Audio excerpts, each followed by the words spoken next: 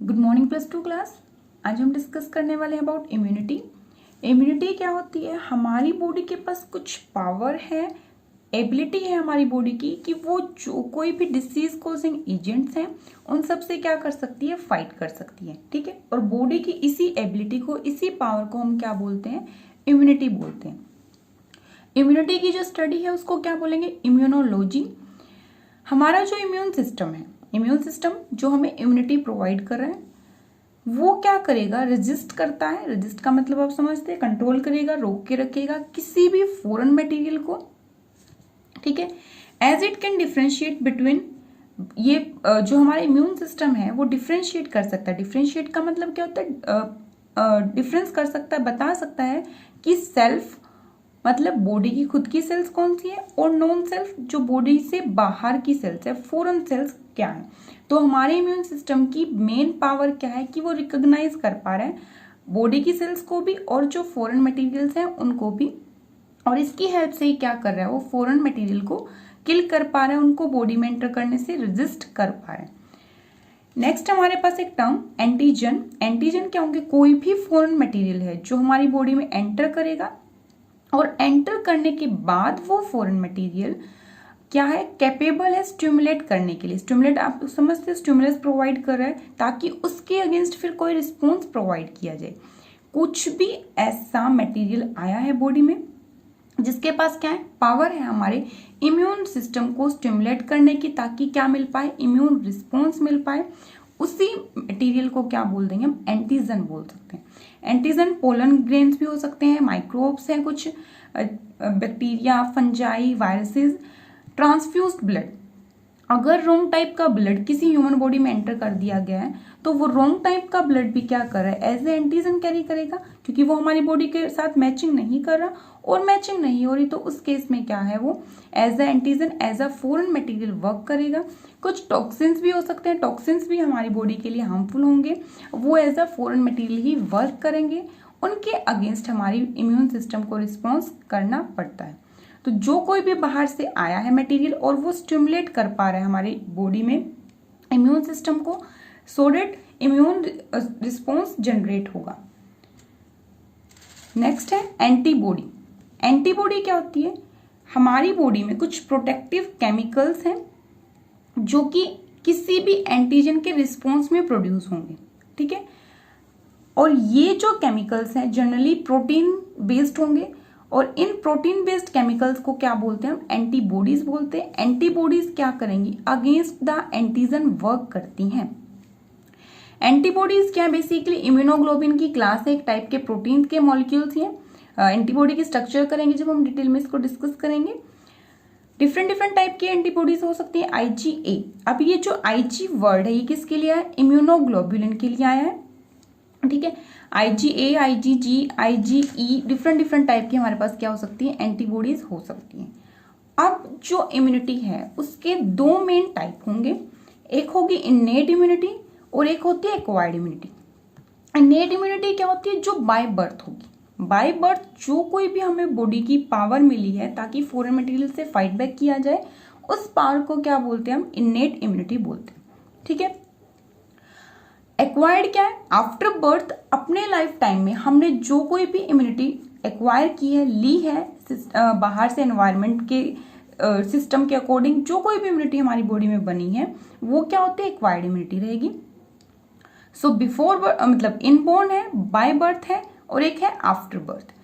Innate immunity है जो कि बाय बर्थ है, वो नॉन स्पेसिफिक होगी। नॉन स्पेसिफिक का मतलब क्या होता है? ये चेकआउट नहीं करेगी कि ये पर्टिकुलर बैक्टीरिया है, इसको ही किल करना है। वो थ्रू आउट कोई भी माइक्रोब हमारी बॉडी में एंटर करेगा ना, उसके अगेंस्ट क्या करेगी? वर्क करना शुरू कर देती है। तो नॉन स्पेसिफिक मीन्स एक पर्टिकुलर बैक्टीरिया वायरस के अगेंस्ट काम नहीं कर रही, जो कोई भी बैक्टीरिया वायरस फंजाई हमारी बॉडी में एंटर किए हैं, माइक्रोब, उन सबको ये किल करने का ट्राई करेगी। अगर कर सकती है तो ठीक है, अदरवाइज नहीं। बट जो कि एक्वायर्ड इम्यूनिटी होती है वो स्पेसिफिक डिफेंस मैकेनिज्म शो करती है। अब एक्वायर्ड इम्यूनिटी में जैसे हम वैक्सीन का एग्जांपल लिख सकते हैं। हमें जो भी इंजेक्शंस लगाए जाते हैं, मान लो किसी को टेटनस हुआ है तो टेटनस के अगेंस्ट क्या किया गया? इंजेक्शन लगाया गया ना उसको, तो वो जो टेटनस का इंजेक्शन है वो सिर्फ टेटनस के माइक्रोब को ही किल कर सकता है ना, बाकी सबको तो किल करने की पावर नहीं है। तो स्पेसिफिक हुआ ना कि सिर्फ टेटनस को ही किल कर पाया वो। ठीक है, ऐसे डिफरेंट डिफरेंट, जैसे हमने पढ़ा था MMR, मीजल्स मॉम रूबेला जो डिसीज है उनके लिए एक प्रॉपर वैक्सीन बनाएगी तीनों डिसीज के लिए, तो वो सिर्फ उन 3 डिसीज को ही क्योर कर पा रही, बाकी सारे डिसीज को तो क्योर नहीं कर पाएगी। सो एक्वायर्ड इम्यूनिटी है जिनको हम वैक्सीन के थ्रू ले रहे हैं वो क्या होंगी, स्पेसिफिक होंगी। फर्दर जो एक्वायर्ड इम्यूनिटी है वो 2 टाइप की होगी, एक एक्टिव और एक पैसिव। एक्वायर्ड इम्यूनिटी का टॉपिक बहुत इंपॉर्टेंट है, सो ध्यान से सुनेंगे आप। अब जो इनेट इम्यूनिटी है ना वो प्रोवाइड करती है डिफेंस मैकेनिज्म 2 वेज में।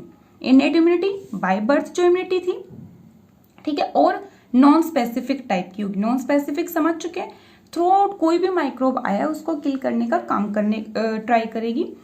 इनेट इम्यूनिटी है जो वो 2 टाइप से डिफेंस का मतलब क्या होता है, प्रोटेक्शन ना, प्रोटेक्शन प्रोवाइड करेगी। एक तो रहेगा फर्स्ट लाइन ऑफ डिफेंस और दूसरा होगा सेकेंड लाइन ऑफ डिफेंस।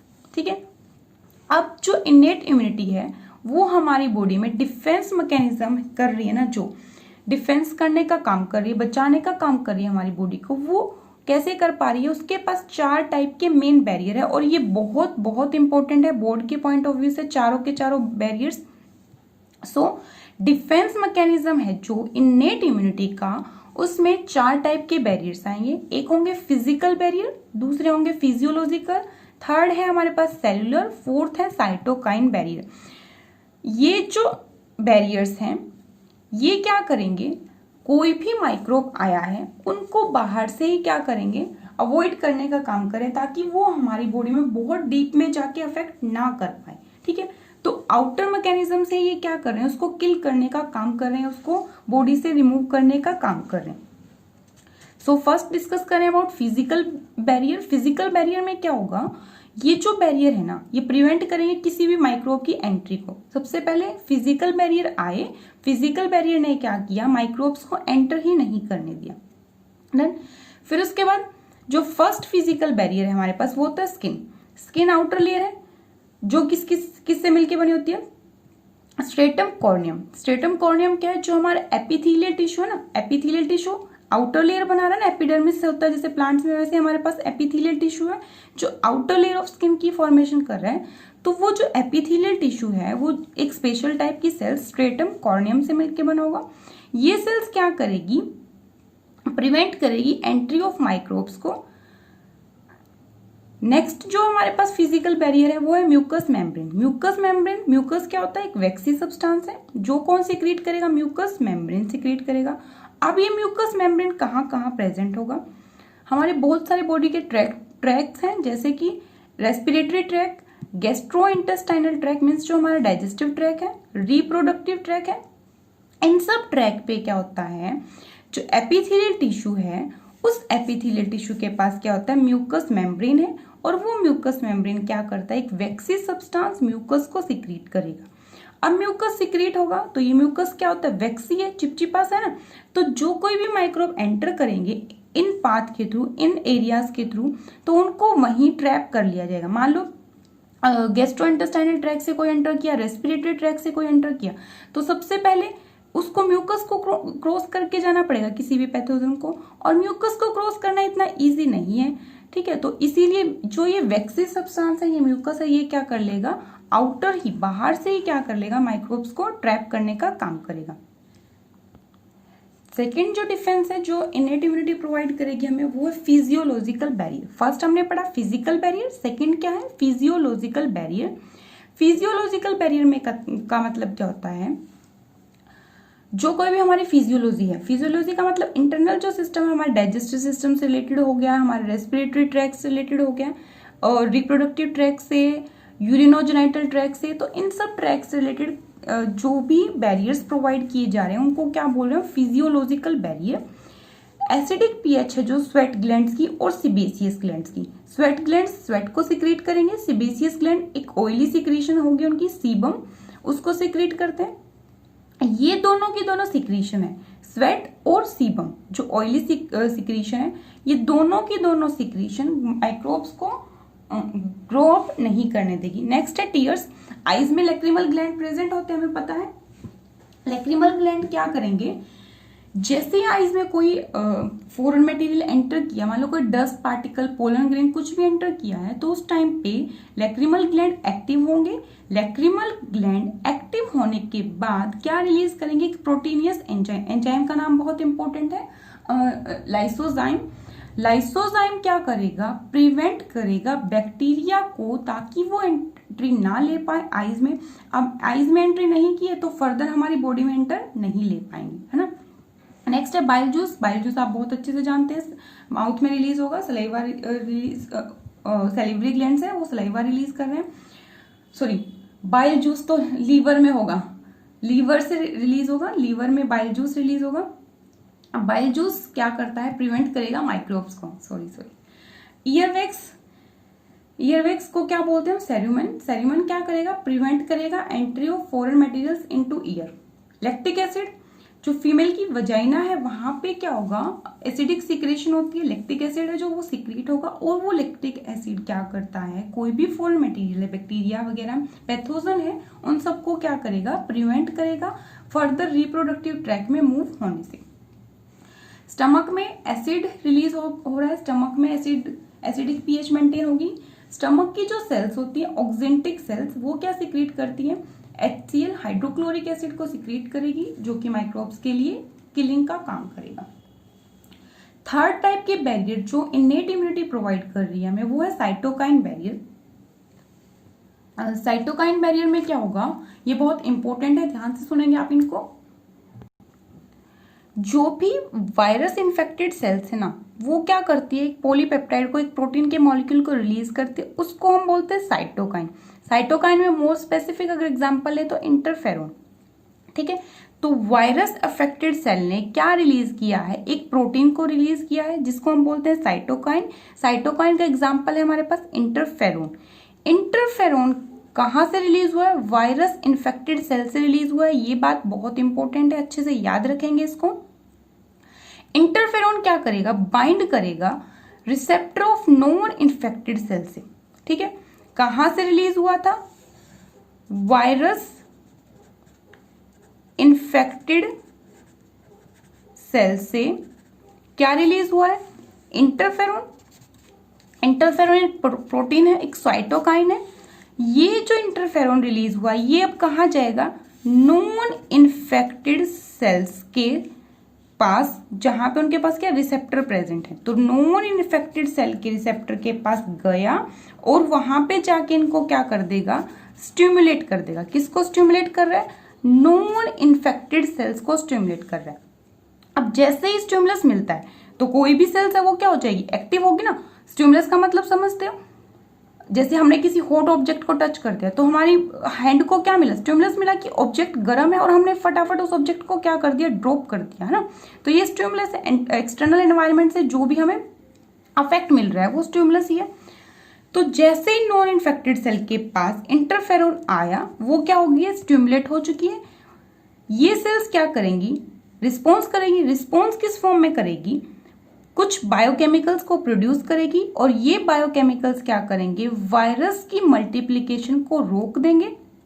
इस तरह से नॉन इन्फेक्टेड सेल्स थी वो बच जाएंगी। किसकी हेल्प से बची है, इन्फेक्टेड सेल्स ने ही प्रोटेक्शन का काम किया।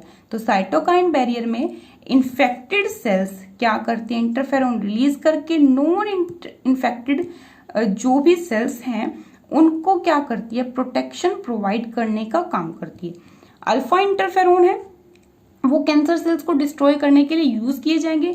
इंटरफेरोन्स को केमिकली भी सिंथेसाइज किया जा रहा है लैब टेक्नोलॉजीज में। आरडीटी की जो लैब्स हैं उनमें रिकॉम्बिनेंट डीएनए टेक्नोलॉजी की हेल्प से इन साइटोकाइन्स की फॉर्मेशन की जा रही है, ठीक है। नेक्स्ट जो फोर्थ बैरियर है हमारे पास, वो है सेलुलर बैरियर। सेलुलर बैरियर में क्या होगा, जो सेल्स हैं, कौन सी सेल्स, ल्यूकोसाइट्स। ल्यूकोसाइट्स हमें पता है, डब्ल्यूबीसी क्या करती है, इम्यून सिस्टम की सेल्स होगी, इम्यूनिटी प्रोवाइड करने का काम करती है, ठीक है।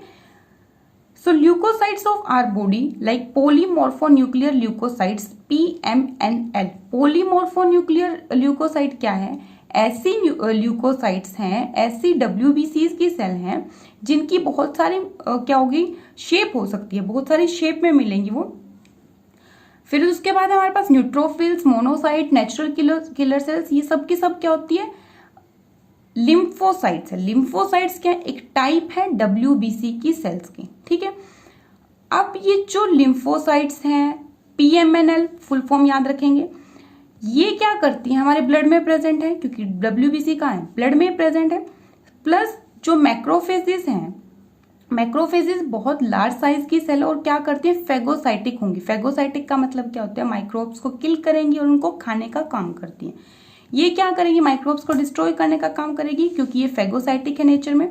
मैक्रोफेजेस बहुत लार्ज सेल्स है, एनगल्फ कर देगी सेल के डेब्रिस को। डेब्रिस का मतलब क्या होता है, जो भी वेस्ट मटेरियल है ना, उसको ये क्या कर रही है, एनगल्फ कर रही है और उसको किल खत्म करने का काम कर रही है। मेनली इसको क्या बोल सकते हैं, स्क्वेंजर्स ऑफ बॉडी बोल सकते हैं। स्क्वेंजर का मतलब क्या होता है, क्लीनिंग करने वाले, ठीक है। तो ये हमारी सेल की क्लीनिंग करने का काम कर रही है, हमारी बॉडी को क्लीन कर रही है, क्योंकि ये वेस्ट मटेरियल है, जो कोई भी वेस्ट सेल उनको खा जाएंगी। तो सेलुलर बैरियर में सेल्स के बारे में हम पढ़ेंगे। ल्यूकोसाइट्स, WBC की ये फर्दर टाइप्स हैं, डिफरेंट टाइप की सेल्स है, क्योंकि WBC क्या है, इम्यून सिस्टम की सेल्स होंगी जो इम्यूनिटी प्रोवाइड करने का काम करेगी। मैक्रोफेजेस का फंक्शन याद रखेंगे अच्छे से। अब नेक्स्ट है हमारे पास सेकेंड लाइन ऑफ डिफेंस, जिसमें क्या होगा, फीवर के बारे में पढ़ेंगे। फीवर, अब कोई भी डिसीज हुई है, जैसे हमने लास्ट वीडियोस में पढ़ा था प्लाज्मोडियम वाइवेक्स, जो क्या कोज कर रहा था, मलेरिया। मलेरिया में भी जो फर्स्ट सिम्टम अराइज हुआ था वो तो क्या था, फीवर था ना। तो फीवर तो किसी भी डिसीज का एक कॉमन सिम्टम होगा। तो फीवर इंड्यूस हो रहा है बॉडी में, तो हम समझ सकते हैं कि कुछ ना कुछ डिस्टर्बेंस हुई है बॉडी में क्रिएट। सो फीवर क्या है, एक सेकेंड लाइन ऑफ डिफेंस को बता रहे हैं। फीवर कैसे होगा, due to toxin produced by, जैसे ही बॉडी में पैथोजन आए वो क्या करते हैं, हमारी बॉडी में टॉक्सिन्स प्रोड्यूस करेंगे। और एक प्रोटीन जिसको हम क्या बोलते हैं, एंडोजीनियस पायरोजन। ये एंडोजीनियस पायरोजन क्या होता है, फीवर को इंड्यूस करने वाला प्रोटीन है। इसको हम इंटरल्यूकिन भी बोल देंगे। क्या बोल रहे हैं, इंटरल्यूकिन। इंटरल्यूकिन क्या है, फीवर इंड्यूसिंग प्रोटीन है। ये कहां से रिलीज होगा, मैक्रोफेजेस से रिलीज होगा। क्या हुआ, पैथोजन ने एंट्री ली, टॉक्सिन्स को प्रोड्यूस किया। टॉक्सिन्स को प्रोड्यूस करने के बाद क्या हुआ, एक प्रोटीन रिलीज हुआ, कहां से, मैक्रोफेजेस से। उस प्रोटीन को क्या बोलते हैं हम, इंटरल्यूकिन। और इंटरल्यूकिन का काम क्या होता है, बॉडी के अंदर टेम्परेचर को राइज करना। हाई टेम्परेचर पे क्या होगा, अब फीवर इंड्यूस हो गया, बॉडी का टेम्परेचर राइज होना शुरू हो गया। इस हाई टेम्परेचर पे जो बैक्टीरिया हैं मेनली, उनके एंजाइम क्या हो जाते हैं, डिग्रेड हो जाते हैं। डिग्रेड का मतलब वो काम नहीं करेंगे, इनएक्टिव हो जाएंगे। अब बैक्टीरिया के एंजाइम ही इनएक्टिव हो गए हैं, तो इट मीन्स बैक्टीरिया की फंक्शनिंग तो लॉस हो चुकी है, वो काम नहीं कर पाएंगे।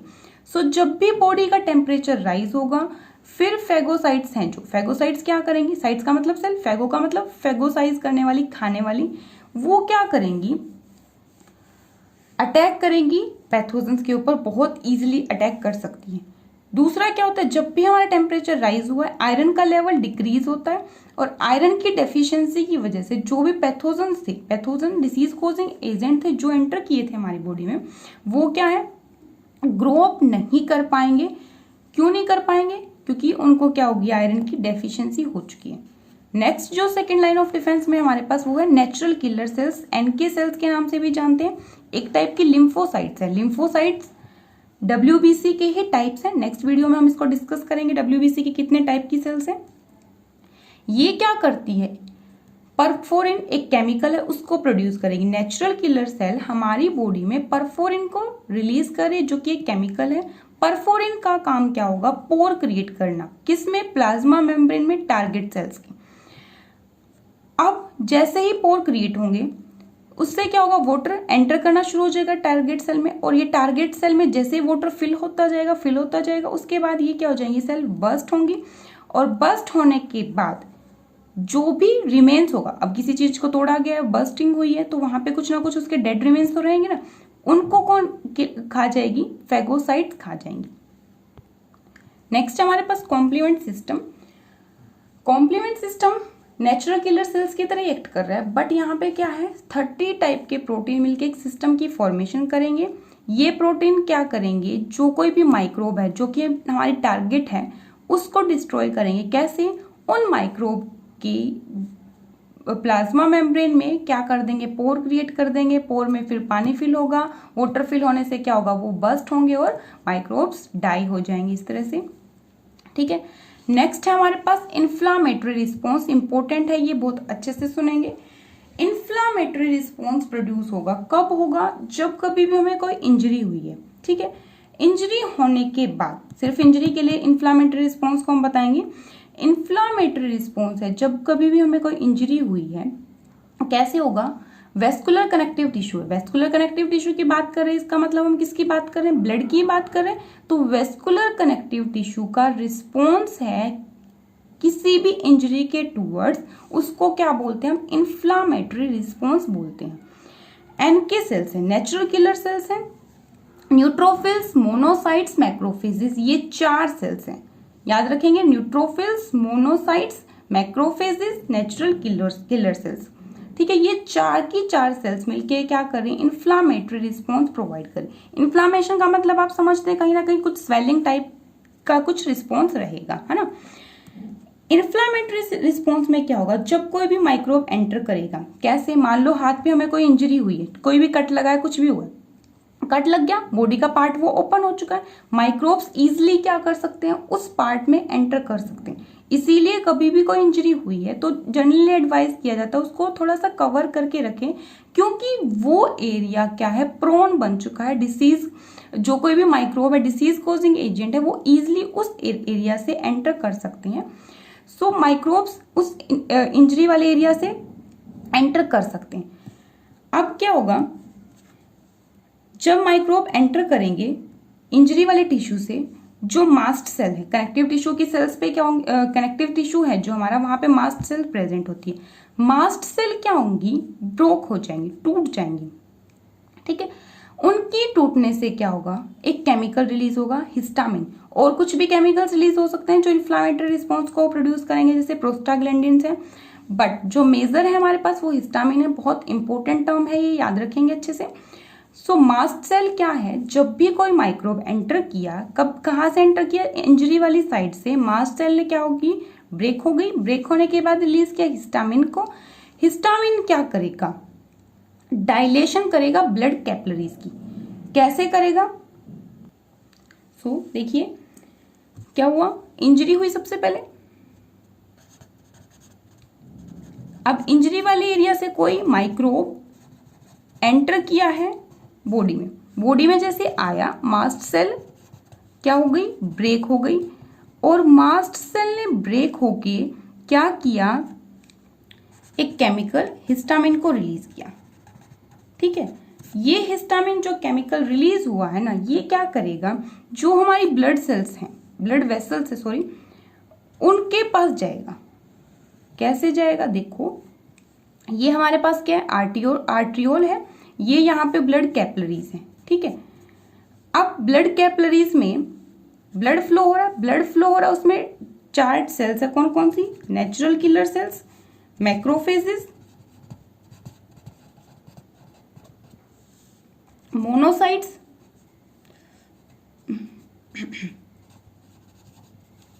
और एक और क्या है हमारे पास, neutrophils, NK, sorry neutrophils, NK तो आ चुकी है पहले। तो ये चारों के चारों सेल्स, मैक्रोफेजेस, मोनोसाइट्स और न्यूट्रोफिल्स, ये कहाँ प्रेजेंट, इस ब्लड में प्रेजेंट। ठीक है, अब इस ब्लड से हमें इनको रिलीज कराना है। कैसे रिलीज कराएंगे, देखो जैसे ही हिस्टामिन रिलीज होगा, वो हिस्टामिन इन कैपिलरीज के पास जाएगा, इनके ऊपर फंक्शनिंग करेगा। ठीक है, यहाँ पे कुछ स्मूथ कनेक्टिव टिश्यू प्रेजेंट है हमारे पास, स्मूथ टिश्यू जो प्रेजेंट है, स्मूथ मसल्स प्रेजेंट है जो, अब जैसे ही हिस्टामिन एक्ट कर रहा है ब्लड कैपिलरीज के ऊपर, ब्लड वेसल्स के ऊपर, तो ये क्या हो जाएंगी, रिलैक्स हो जाएंगी। रिलैक्स होने का मतलब क्या है, ये डायलेट हो चुकी है। डायलेट का मतलब क्या है, ब्लड फ्लो इंक्रीज हो जाएगा। अब जब भी ब्लड फ्लो इंक्रीज हुआ तो यहाँ पे भी ब्लड फ्लो इंक्रीज होगा। ब्लड फ्लो इंक्रीज होने से क्या होगा, उस एरिया पे जहां कहीं भी इंजरी हुई थी, उस एरिया पे ब्लड फ्लो इंक्रीज होने से वो एरिया क्या हो जाएगा, रेड होगा, स्वेलिंग होगी और वो वार्म होगा, पेन होना शुरू हो जाएगा। ठीक है, हिस्टामिन आया, हिस्टामिन ने क्या किया, ब्लड कैपिलरीज को डायलेट कर दिया, रिलैक्स कर दिया। डायलेट होने की वजह से क्या होगा, ये सिम्टम्स अराइज होंगे जो किसके हैं, इन्फ्लामेशन के। अब जैसे इन्फ्लामेशन हुई है ना, तो ये ब्लड कैपिलरीज थी ना, जो यहाँ पे स्पेस क्रिएट होगा, ठीक है। और ये जो सेल्स थी चारों की चारों, ये क्या है, इस स्पेस से बाहर आ जाएगी। कहाँ जाएंगी, कौन से एरिया पे जाएगी, इंजर्ड टिश्यू पे जाएंगी। इंजर्ड टिश्यू पे जाने के बाद ये क्या करेंगी, उस एरिया पे जो कोई भी माइक्रोब आया है उसको किल करने का काम कर रही है, ठीक है।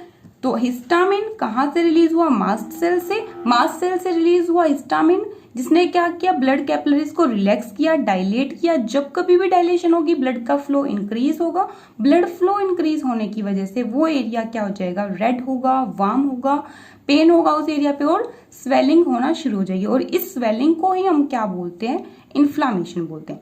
अब ये स्वेलिंग होना, रेडनेस आना, ये क्या एक रिस्पॉन्स है। और रिस्पॉन्स आने की वजह से ये जो चारों सेल्स थी, monocyte, neutrophils, NK cells, macrophages, ये उस माइक्रोब को क्या कर देंगी, किल करने का काम करेंगी। सो आज हम बस इतना ही करेंगे। Okay, thank you.